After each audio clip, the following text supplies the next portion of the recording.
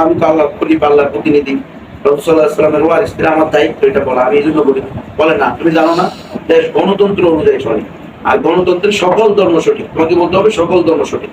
কারণ আমি বললাম যে না, এটা বলা সম্ভব না, তাহলে আমাকে পরস্পর দিয়ে দেন। আমরা অনেকে মনে করি যে আমাদের মধ্যে ভুল ভ্রান্তি আছে যে এই গণতন্ত্র সেই গণতন্ত্র না, যেটা আব্রাহাম লিঙ্কন, এটা কুকুরি না, আমরা যেটা করতেছি এটা হলো ইসলামী, এরকম বলতে চায় অনেকে, এটা ইসলামী গণতন্ত্র। কিন্তু উস্তাদ যে এটা আমরা বলতেছি, কিন্তু যে এটা প্রতিষ্ঠাতা, যে এটার জনক আব্রাহাম লিঙ্কন, এবং যারা তার ছেলে পেলে নাতি নাতকুর, তার পূর্ব উত্তরসূরি, তারা কিন্তু বলতেছে যে না, এইখানে আমরা আব্রাহাম লিঙ্কনের গণতন্ত্রই আমরা চর্চা করতেছি।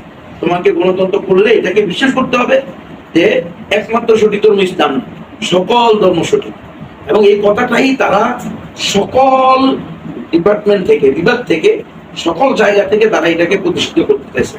তো এখন আলহামদুলিল্লাহ আল্লাহ রাব্বুল ইজ্জত আমাদেরকে তৌফিক দিয়েছেন, সুযোগ দিয়েছেন, এটা একটা নিয়ামত আমরা পেয়ে গেছি। হুজুর বলতেছিলেন যে সেও চিন্তা করে না সে এভাবে কি করবে, পালাবে, আমরাও চিন্তা করতে পারিনি যে আমরা এভাবে জীবিত বের হয়ে আসতে পারবো। তো আল্লাহ তারাই করেছেন, আলহামদুলিল্লাহ, যে কোনো সেটা আল্লাহ করেন। কিন্তু এখন এই নিয়ামতকে কাজে লাগানো আমাদের দায়িত্ব। লাইক শাকারতুম লাযিদান্নাকুম ওয়া লা ইন কাফারতুম ইন্না আযাবি লাশাদীদ।